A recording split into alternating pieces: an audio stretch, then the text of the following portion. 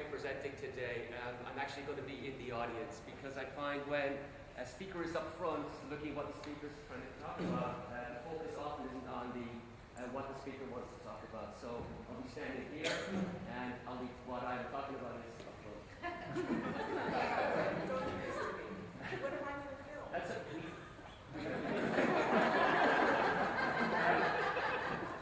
I like to challenge myself each time before I speak, which is why I'm trying some convincing method right now. So, what is design? Think back on waking up this morning and the first thing you touch.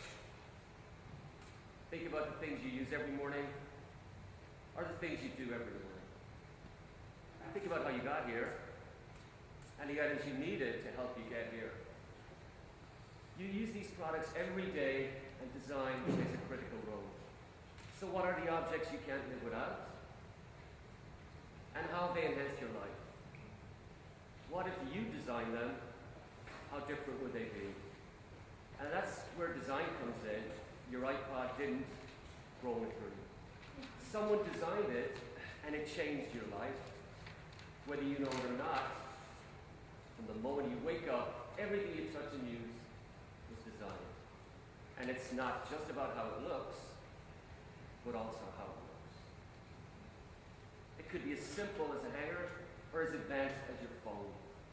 But most importantly, design serves a purpose. And when it's truly successful, it changes our lives. So exactly what is design? It's really emerged between the intersection of art and science, and there are many design fields within. Graphic design, which has mainly to do with typography, fashion design, sound design, architectural design, and the latest, information design, because of the internet. And those try to distill all of the information that's on there. And finally, product design. So, what is product design? Well, we can define a product as an artifact that has been created by a person or process. But more with product design, it involves technology and engineering. Look how the cell phone has developed from the first to the current iPhone because of technology and engineering. And look how the Coca-Cola bottle has changed in aesthetics from the first one designed on my left, right over to the current one on my right. So aesthetics is a big part of product design, and we can define it as beauty, taste, it has artistic value, pleasing sensory effects, but it all comes together to help inform the look and feel of things. It is important in product design. So when we design products, who is involved? The product is usually produced by the designer for a client, but has to be sold to a consumer. So this three have to be involved in some way in how the product was designed.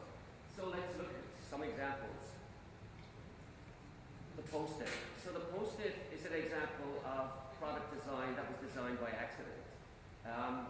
The couple of scientists at 3M were trying to actually produce the strongest glue possible, and they ended up with Post-it. This is an example of how design can actually, something that's really not what you thought it would be, comes out to be a huge success. And of course now we know down to its trademark color, it's ubiquitous everywhere. But an example of a product that was designed by accident but is useful. Another example of what we call an iconic design is the first pen, or the Bic. Prior to that, ink and pen was used, and with the result of engineering, we ended up with the ballpoint pen. And as a result of this, it's become what we call an iconic design. And you can see here the customization of these pens to produce utensils. So, what do product designers do? From the big ideas to making products real, they bring all of this together. Product designers identify the problem and brainstorm the solution. They take the obvious and they look at it a little differently.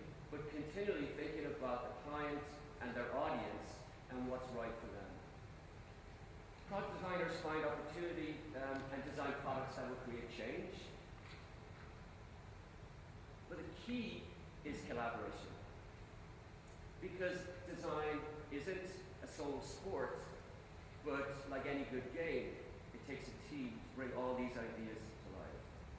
Product designers like to keep it simple because making things complicated is easy, achieving simplicity is hard. So let's have a look at the design process.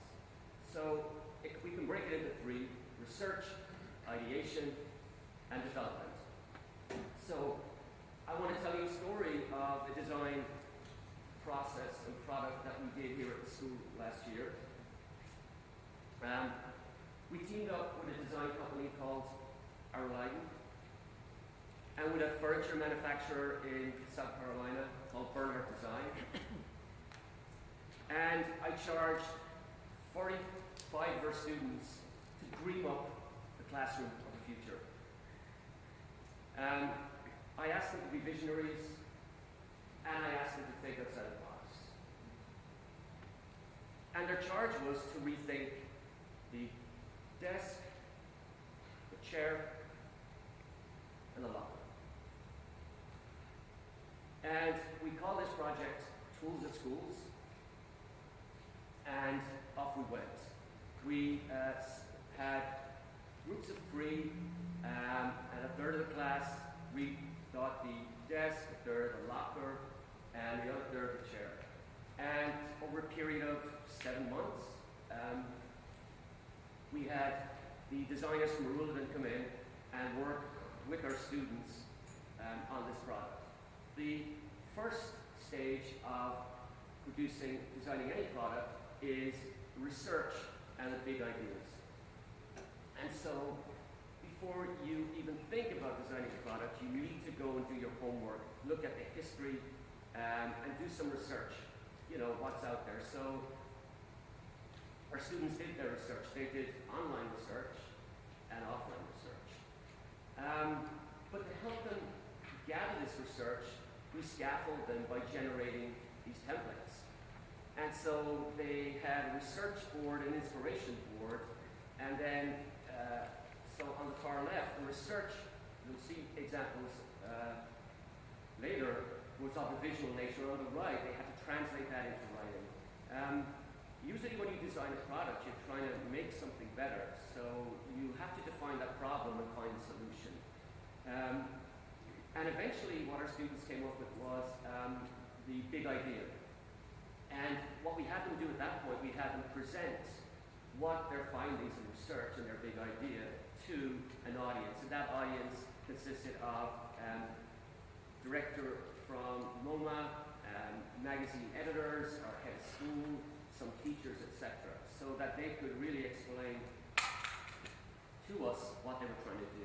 Here's an example of students' research and inspiration boards, and an example of how they translated that visual into text to show us the problem they were trying to solve. And finally, how all of that information, which would be gathered over 6 weeks, had to be distilled into what we call a big idea. Next phase was the students did their research, or had their big idea, they had to ideate and mock up. And that really means visualizing this big idea. So they got to work on 2D drawings, sketch, and they generated 3D models of what they thought their product should look like. This is the first rendering of a chair. Here you see a rendering of a locker. A rendering of another chair here. You can see this one has added a hook at the back so you could put your jacket on. And this is an example of a design a student came up with by accident. Doing a science experiment, he had spilled these balls all over his chair and sat in it and found it comfortable. So he decided to add it. And you may have seen these in taxi cabs in the old day, where actually sitting on something like this produces good circulation. Here's a mock-up of a desk that a group produced, and their big idea here was all about accessories. Their notion that thinking about budget at schools, that you should be able to accessorize a desk and pick and choose what you could afford. Of course, this is product design integrates all subject areas, and this is an example of how we involve the mathematicians in it. Students had to think about the size of their products and how they would scale those to produce models, 3D models, and eventually sketch up to models.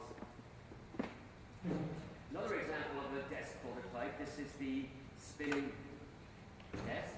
So the idea of this was that one side was chalkboard and the other was a regular whiteboard, so that if a student wanted to write without paper, you could use the chalkboard.